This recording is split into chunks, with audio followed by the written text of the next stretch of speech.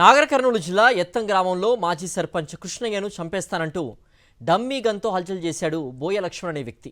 భార్యాభర్తల గొడవలో తనకు న్యాయం చేయలేదంటూ కృష్ణయ్యకు ఫోన్ చేసి డమ్మీ గన్తో బెదిరింపులకు పాల్పడ్డాడు.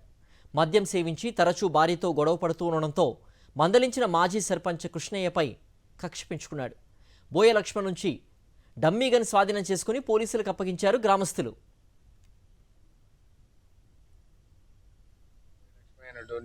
భార్యాభర్తలకి ఇద్దరికి పంచాయతీ అయింది. పంచాయతీ అయితే పెళ్ళమ్మూడు నా దగ్గరికి పంచాయతీకి వస్తే వాడు ఎక్స్ట్రాలు మాట్లాడుతుంటే వాడిని కొట్టడం జరిగింది.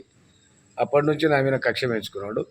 ఆ ఉద్దేశంతో వాడు కత్తి తీసుకొని మధ్యరాత్రి 12 గంటలకు నా మీద దాడి చేయడానికి వచ్చిండు. పట్టుకున్నాం, కొట్టి పోలీస్ స్టేషన్కు అప్పచెప్పినాము. అప్పుడు ఎస్ఐ వెంకటరమణ గారు ఉండ్రి.